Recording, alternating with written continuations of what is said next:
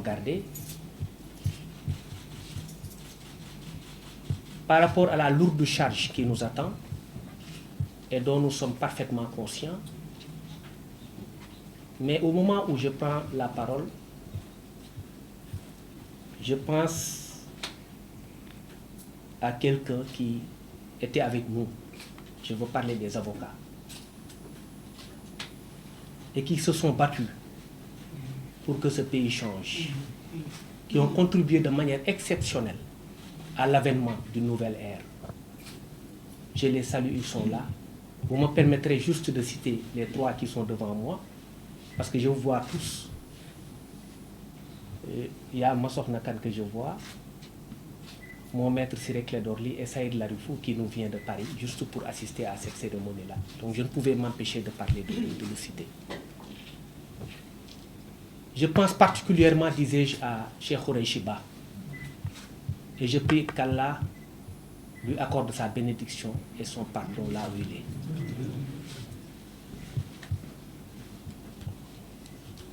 Mon général Jean-Baptiste Tine, ministre de l'Intérieur et de la Sécurité publique.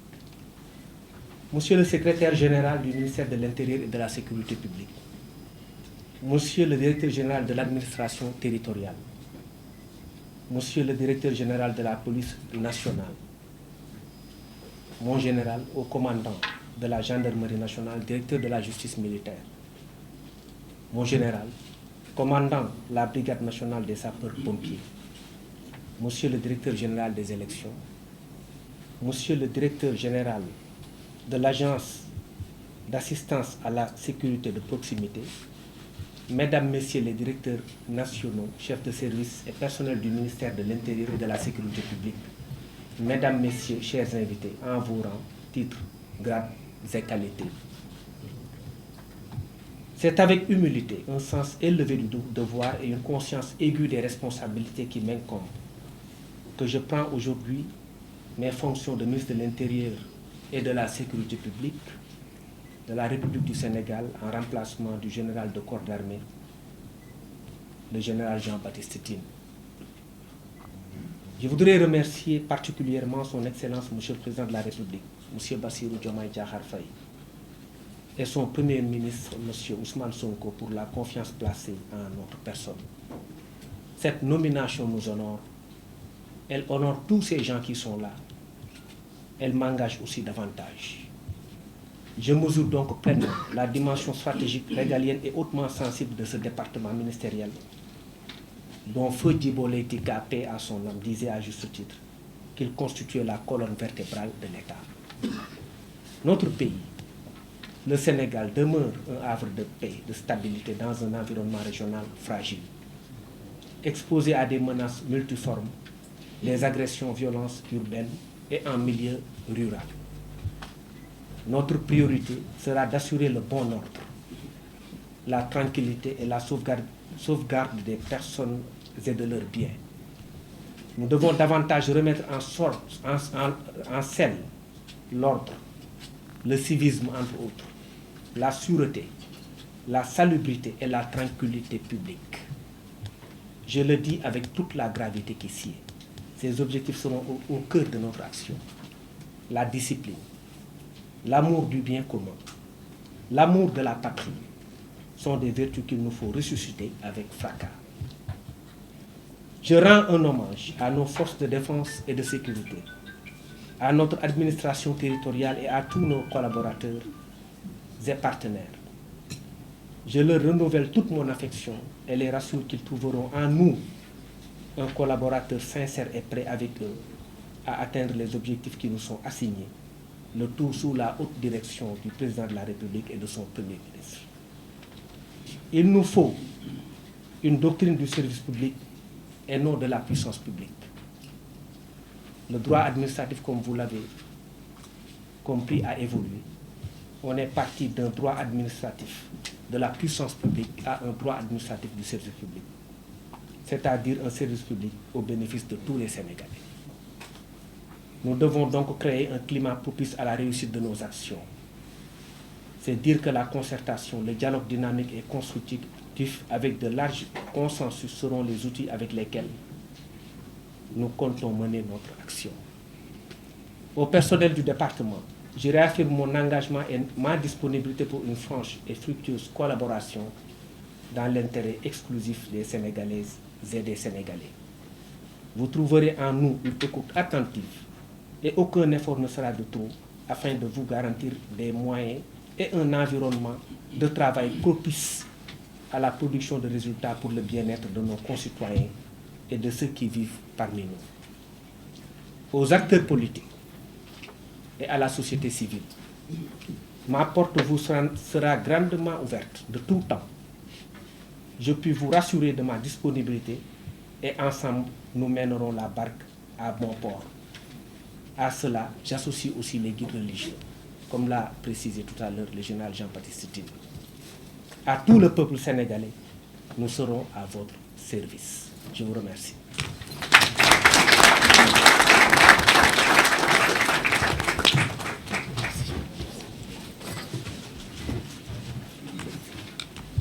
Merci beaucoup, Monsieur le ministre de l'Intérieur et de la Sécurité publique.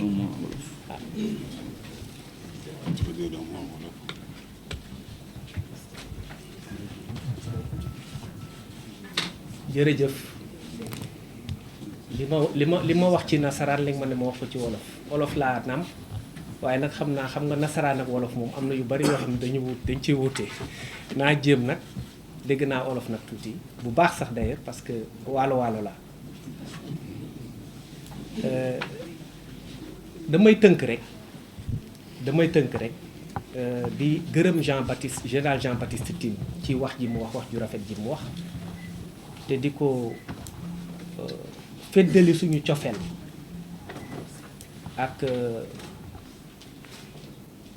suñu respect maanaam cër bi ñu ko jox dama newoon léegi dama jóge ci benn cercle dugg ci beneen parce que nag loolu sama naatangoo yi avocat yi nekk sama wet laa koy wax léegi fonctionnaire la pour un temps loo xam ne musuma ko bëgg parce que man dama mës a bëgg liberté bëgg indépendance donc moom ñoom fi mu ne nii dama leen sax ñii booy xool ñoom ñoo ma gën a nekk à l'aise léegi man damay jot ay ordre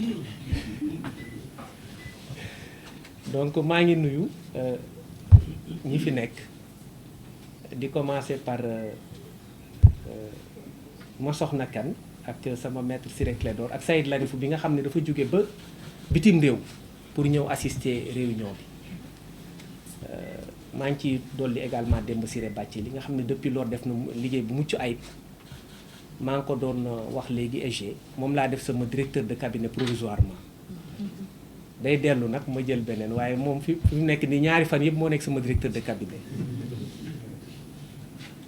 maa ngi gërëm di sant également monsieur le président de la république son excellence monsieur Bassirou Diomaye Diakhar Faye di sant di gërëm également monsieur Ousmane Sonko premier ministre du Sénégal kilifa yi fi toog yëpp également maa ngi leen di sant di leen gërëm te di leen féddali sama kóllëre ak sama intention maanaam sama yéene ngir liggéey ak ñoom ci liggéey bu rafet pour sénégalais yëpp yëg ci gis ci seen bopp ñu ànd ñun ñëpp defar réew mi parce que réew mi ñun ñoo ko bokk parce que ñun ñëpp que muy ci ñun wala ci ñeneen jàpp nañ ni ñu fi dëkk ñëpp bëgg nañ réew mi baax donc réew buy baax aussi dafa am ay jéego yoo xam ne foog ñu teg foog ñu defar lu bari foog ñu defar yenn mbir yi defar un peu ordre bi defaraat lu ñu naan civisme mooy nga xam sa réew li mu laaj nga jox ko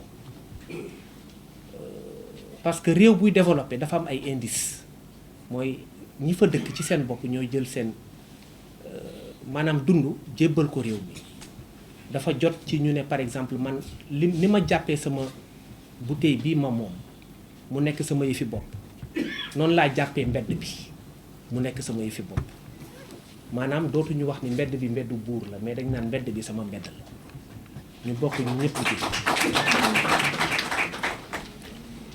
ñu retourner à des valeurs dellu ci li nga xamante ni mën nañu indil également sécurité ci réew mi di saluer li général Jean Baptiste Tine def ci liggéeyam wax naa ko léegi maa ngi fàttaliku fi ma xamante ak moom bien avant lui ci sama métier avocat grâce au colonel Abdoulaye Aziz Ndaw bi ma doon défendre boobu dañ ko téye woon ci arrêt de forteresse ci la ma présenté général Jean Baptiste Tine depuis lors may jàng ci moom bi mu nekkee ministre de l'intérieur ma woo ko félicité ko ci sama liggéey également dañ ci doon waxtaan lu bari mu nekk sama xarit nekk sama frère wax naa ko léegi ne ko mën nañ ne sax sama waajur donc ñun ay ndaw lañ dañu jàpp ni rek mën nañ indi suñu contribution pour développer réew mi à notre manière donc maa ngi leen di gërëm di leen sant ci déglu bi di également dalal xelu ñi nga xamante ni ñooy kujj gi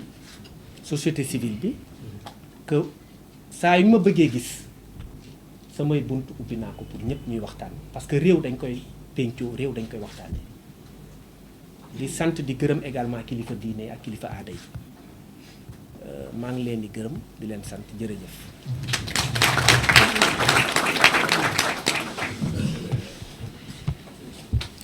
Les journalistes, ça vous suffit comme ça?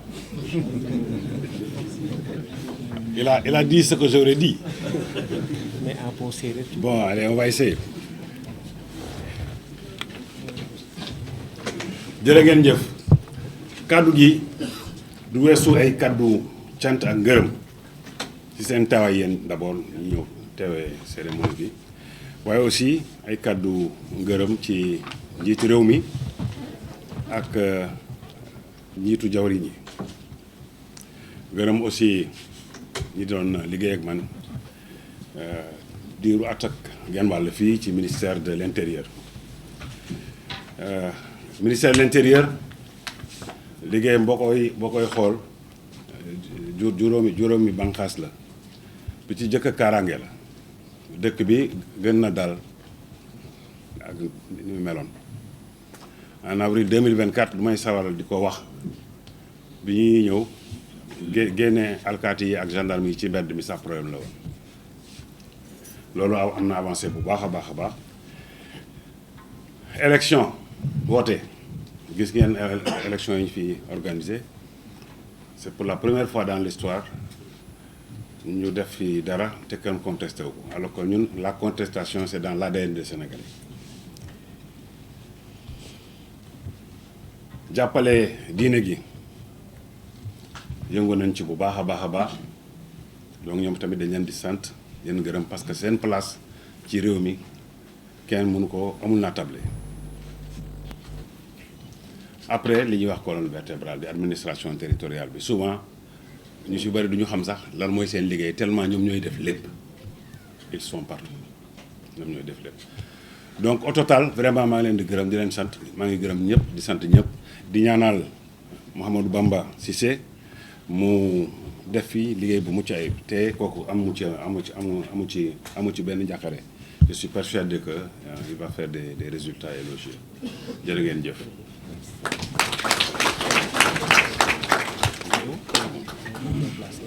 Maintenant, c'est la suite.